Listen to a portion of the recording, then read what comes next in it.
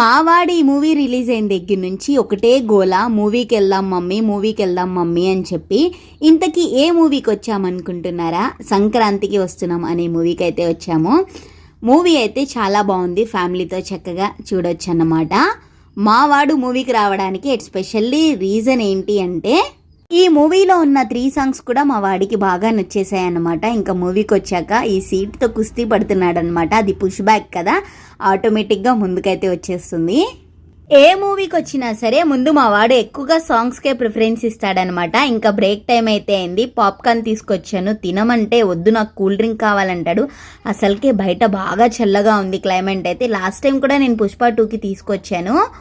Cool drink తాగేసి అప్పుడైతే 2-3 రోజుల పాటు జలుబు అనమాట, అస్సలు తగ్గలేదు, ఫీవర్ కూడా వచ్చేసింది. ఎలాగోలా మేనేజ్ చేసి పాప్కార్న్ అయితే తినిపించేశాను.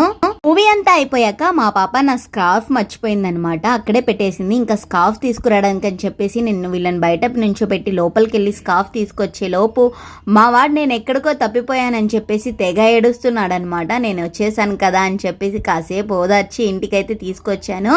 ఈ వీడియో ఇంకటితో అయిపోయింది. Thanks for watching.